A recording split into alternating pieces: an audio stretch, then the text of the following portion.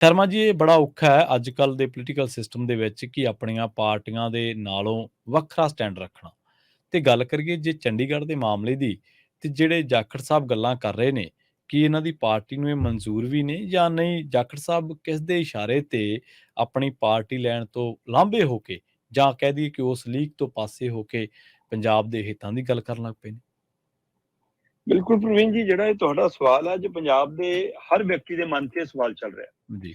ਅਸਲ 'ਚ ਹੋਇਆ ਕੀ ਕਿ ਸੁਨੀਲ ਜਾਖੜ ਹੋਰਾਂ ਨੇ ਜਦੋਂ ਪੰਜਾਬ ਬੀਜੇਪੀ ਦੀ ਪ੍ਰਧਾਨਗੀ ਸੰਭਾਲੀ ਹੈ, ਹੂੰ। ਉਸ ਤੋਂ ਬਾਅਦ ਉਹ ਜਲੰਧਰ ਪਹੁੰਚਦੇ ਨੇ ਤੇ ਜਲੰਧਰ 'ਚ ਇੱਕ ਪ੍ਰੈਸ ਕਾਨਫਰੰਸ ਕਰਦੇ ਨੇ, ਨਾਲ ਮਨਜਨ ਕਾਲੀਆ ਹੋਰੀ ਤੇ ਹੋਰ ਸਥਾਨਕ ਲੀਡਰਸ਼ਿਪ ਬੈਠੀ ਆ। ਹੂੰ। ਤੇ ਚੰਡੀਗੜ੍ਹ ਦਾ ਸਵਾਲ ਆ ਉਹਦੇ ਤੇ ਟੁੱਟ ਕੇ ਪੈਂਦੇ ਆ, ਮਤਲਬ ਇੱਕ ਤਰ੍ਹਾਂ ਨਾਲ ਸਰਕਾਰਾਂ ਨੂੰ, ਚਾਹੇ ਆਪਣੀ ਹਾਈ ਕਮਾਂਡ ਨੂੰ। ਜੀ। ਕਹਿੰਦੇ 10 ਏਕੜ ਹਰਿਆਣਾ ਕੀ ਕਹਿੰਦਾ ਕਿ 10 ਏਕੜ ਦੇ ਵਿੱਚ ਬਣਾਉਣੀ ਆ ਅਸੀਂ ਵੱਖਰੀ ਵਿਧਾਨ ਸਭਾ, 1 ਇੰਚ ਨਹੀਂ ਦੇਵਾਂਗੇ, ਪੰਜਾਬ ਦੀ ਜ਼ਮੀਨ ਹੈ, ਚੰਡੀਗੜ੍ਹ ਪੰਜਾਬ ਦਾ। ਉਹ ਕੌਣ ਹੁੰਦੇ ਨੇ? ਹੋ ਸਕਦਾ ਬੀਜੇਪੀ ਦੀ ਲੀਡਰਸ਼ਿਪ ਵੀ ਉੱਥੇ ਬੈਠੀ ਹੈਰਾਨ ਰਹਿ ਗਈ ਹੋਵੇ, ਕਿਆ ਕੀ ਹੋ ਗਿਆ। ਠੀਕ ਹੈ।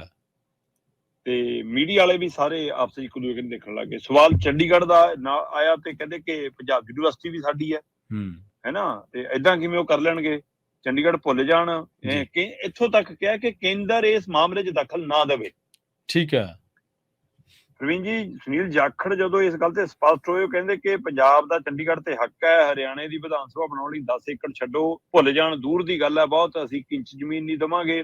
ਉੱਥੇ ਕੱਟੀਆਂ ਜਿੰਨੀਆਂ ਕਲੋਨੀਆਂ ਨੇ, ਜੋ ਬਣਿਆ ਉਹ ਸਾਰਾ ਕੁਝ ਸਾਡਾ ਹੈ, ਯੂਨੀਵਰਸਿਟੀ ਸਾਡੀ ਹੈ, ਕਿਉਂਕਿ ਪੰਜਾਬ ਦੀ ਹੈ ਚੰਡੀਗੜ੍ਹ ਪੰਜਾਬ ਦਾ ਹੈ। ਤੇ ਇਸ ਲਈ ਕਹਿੰਦੇ ਕਿ ਮੈਂ ਬੇਨਤੀ ਕਰਨਾ ਚਾਹੁੰਦਾ ਕੇਂਦਰ ਨੂੰ ਕਿ ਹਰਿਆਣੇ 'ਚ ਵੀ ਬੀਜੇਪੀ ਦੀ ਸਰਕਾਰ ਹੈ ਤੇ ਮੈਂ ਵੀ ਬੀਜੇਪੀ ਦਾ ਪ੍ਰਧਾਨ ਹੈ, ਇਸ ਲਈ ਅਸੀਂ ਆਪ ਹੀ ਦੇਖ ਲਾਂਗੇ, ਤੁਸੀਂ ਦਖਲ ਨਾ ਦਿਓ ਇਸ ਮਾਮਲੇ 'ਚ।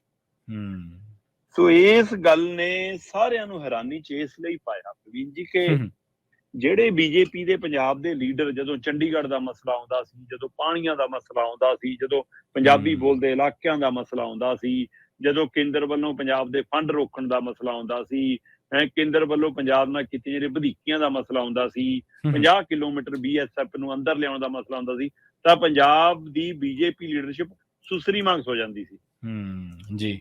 ਕਦੇ ਬਾਹਰ ਨਿਕਲ ਕੇ ਲੋਕ ਮੁੱਦਿਆਂ ਤੇ ਕੇਂਦਰ ਨੂੰ ਕਿਹਾ ਹੀ ਨਹੀਂ ਕਿ ਨਹੀਂ ਜੀ, ਇਹ ਪੰਜਾਬ ਨਾਲ ਨਹੀਂ ਹੋਣਾ ਚਾਹੀਦਾ, ਤੁਸੀਂ ਪੰਜਾਬ ਦੀ ਗੱਲ ਸੁਣੋ, ਪੰਜਾਬ ਦੇ ਲੋਕਾਂ ਦੀ ਸੁਣੋ ਜਾਂ ਸਾਡੀ ਸੁਣੋ।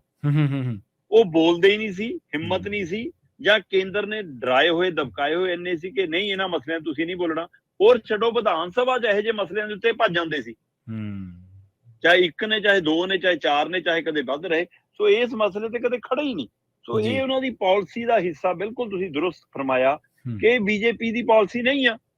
ਬੀਜੇਪੀ ਦਾ ਚੰਡੀਗੜ੍ਹ ਕੇਂਦਰ ਸ਼ਾਸਤ ਰੱਖਣਾ ਚਾਹੁੰਦੀ ਆ, ਬੀਜੇਪੀ ਦਾ ਚੰਡੀਗੜ੍ਹ ਹਰਿਆਣੇ ਨੂੰ ਸੌਂਪਣਾ ਚਾਹੁੰਦੀ ਆ, ਬੀਜੇਪੀ ਦਾ ਚੰਡੀਗੜ੍ਹ ਦੇ ਵਿੱਚ ਪੂਰੀ ਤਰ੍ਹਾਂ ਨਾਲ ਆਪਣਾ ਕੰਟਰੋਲ, ਜਿਵੇਂ ਇੱਥੇ ਦੇ 60-40 ਦੇ ਵਿੱਚੋਂ ਪੰਜਾਬ ਨੂੰ ਬਾਹਰ ਕੀਤਾ, ਜਿਵੇਂ ਸਾਰਾ ਕੁਝ ਸਾਡਾ ਅਮਲਾ ਢਾਂਚਾ ਬਾਹਰ ਕੀਤਾ, ਯੂਨੀਵਰਸਿਟੀ ਚੋਂ ਸਾਡੇ ਕੰਟਰੋਲ ਨੂੰ ਬਾਹਰ ਖੋਹਣ ਦੀ ਤਿਆਰੀ ਕੀਤੀ ਜਾ ਰਹੀ ਹੈ।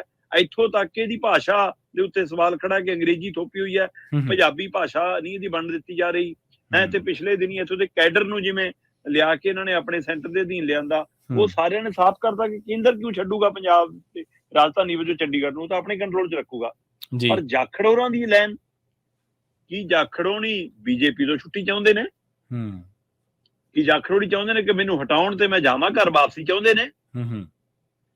ਕਿਉਂਕਿ ਜਾਖੜ ਹੋਰੀ ਇਹ ਸਾਰੇ ਹੈਰਾਨ ਨੇ ਕਿ ਇਹ ਤਾਂ ਡਰਾਮਾ ਤਾਂ ਨਹੀਂ ਕਿਤੇ ਸਿਰੇ ਦਾ, ਜਿਹੜਾ ਅਕਾਲੀ ਕਾਂਗਰਸੀ ਨਹੀਂ ਕਰ ਸਕੇ ਉਹ ਡਰਾਮਾ ਵੀ ਇਹਨਾਂ ਨੇ ਕਰਤਾ।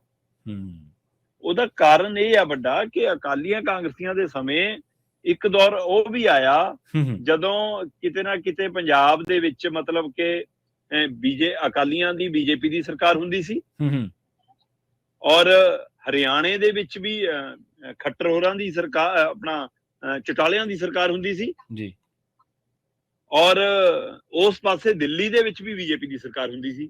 ਠੀਕ ਹੈ। ਤੇ ਵਾਜਪਾਈ ਦੀ ਸਰਕਾਰ ਹਰਿਆਣੇ 'ਚ ਚਟਾਲਿਆਂ ਦੀ ਸਰਕਾਰ ਜਿਹਦੇ ਨਾਲ ਬੀਜੇਪੀ ਦੀ ਸਾਂਝ ਸੀ, ਪੰਜਾਬ 'ਚ ਅਕਾਲੀਆਂ ਦੀ ਸਰਕਾਰ ਬੀਜੇਪੀ ਨਾਲ ਸਾਂਝ ਸੀ, ਤਾਂ ਵੀ ਇਹ ਮਸਲੇ ਨਹੀਂ ਨਿਬੜੇ।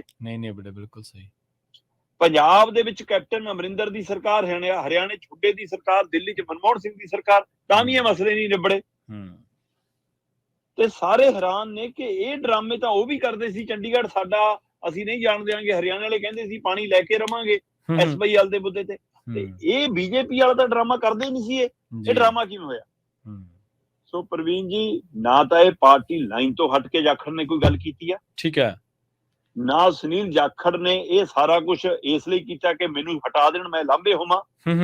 ਬੇਸ਼ੱਕ ਉਹ ਪਿਛਲੇ ਦਿਨਾਂ 'ਚ ਪ੍ਰਧਾਨ ਬਣਨ ਤੋਂ ਪਹਿਲਾਂ ਤੱਕ ਬੀਜੇਪੀ 'ਚ ਘੁਟਨ ਮਹਿਸੂਸ ਕਰ ਰਹੇ ਸੀ, ਕੱਲਾਪਣ ਮਹਿਸੂਸ ਕਰ ਰਹੇ ਸੀ। ਉਹਨੂੰ ਲੱਗਦਾ ਸੀ ਕਿ ਮੇਰੀ ਇਹ ਸ਼ੈਲੀ ਵਾਲਾ ਪਾਰਟੀ ਨਹੀਂ ਹੈ ਜਿਹੜੇ ਢੰਗ ਨਾਲ ਮੈਂ ਵਿਚ ਰਿਹਾ। ਪਰ ਪ੍ਰਧਾਨ ਬਣਨ ਤੋਂ ਬਾਅਦ ਆ ਜਿਹੜੇ ਬੋਲ ਨੇ ਇਹ ਚੋਣ ਸਟ੍ਰੈਟਜੀ ਦਾ ਹਿੱਸਾ ਹੈ। ਪੰਜਾਬ ਦੀਆਂ ਸਾਰੀਆਂ ਪਾਰਟੀਆਂ ਨੂੰ ਇਹ ਜਚਾਉਣ ਦੀ ਗੱਲ ਹੈ ਕਿ ਲਓ ਅਸੀਂ ਲੜਾਂਗੇ ਹੁਣ ਪੰਜਾਬ ਦੇ ਮੁੱਦਿਆਂ ਦੀ ਲੜਾਈ। ਪੰਜਾਬ ਦਾ ਫਿਕਰ ਹੁਣ ਭਾਜਪਾਈਆਂ ਨੂੰ ਹੈ, ਪੰਜਾਬ ਦਾ ਫਿਕਰ ਕਾਂਗਰਸ 'ਚੋਂ ਆਏ ਹੁਣ ਬੀਜੇਪੀ 'ਚ ਆਏ ਲੀਡਰਾਂ ਨੂੰ ਹੈ।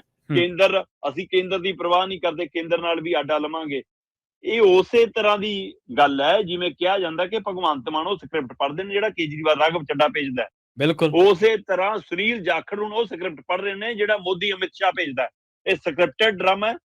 ਪੰਜਾਬ ਦੇ ਲੋਕਾਂ ਨੂੰ ਇੱਕ ਨਵੇਂ ਧੋਖੇ 'ਚ ਪਾਉਣ ਦੀ ਕੋਸ਼ਿਸ਼ ਹੈ ਕਿ ਬੀਜੇਪੀ ਨੂੰ ਪੰਜਾਬ ਦਾ ਹੇਜ ਜਾਗ ਗਿਆ, ਬਾਕੀ ਪਾਰਟੀਆਂ ਨੇ ਧੋਖਾ ਕੀਤਾ, ਮਤਲਬ ਪੰਜਾਬ ਨੂੰ ਇੱਕ ਨਵਾਂ ਧੋਖਾ ਖਾਣ ਲਈ ਤਿਆਰ ਰਹੇ। ਇਹ ਬਿਲਕੁਲ ਚੋਣ ਸਟ੍ਰੈਟਜੀ ਹੈ, ਇਹ ਚੋਣ ਨੀਤੀ ਹੈ। ਇਹ ਇੱਕ 2024 ਤੋਂ ਲੈ ਕੇ 2027 ਤੱਕ ਲਈ ਸਾਜ਼ਿਸ਼ ਹੈ ਕਿ ਪੰਜਾਬ ਦੇ ਮੁੱਦਿਆਂ ਦਾ ਫਿਕਰ ਹੁਣ ਭਾਜਪਾ ਕਰੂਗੀ। ਇਹ ਤੋਂ ਵੱਧ ਹੈਰਾਨ ਹੋਣ ਦੀ ਮਤਲਬ ਕਿ ਹੈਰਾਨੀਜਨਕ ਹੈ ਵਰਤਾਰਾ, ਤੇ ਵਰਤਾਰਾ ਇਸੇ ਤਰ੍ਹਾਂ ਵਧੂਗਾ। ਹਰ ਮੁੱਦੇ ਤੇ ਹੁਣ ਇਹ ਬੋਲਿਆ ਕਰਨਗੇ। ਜੀ ਜੀ ਜੀ।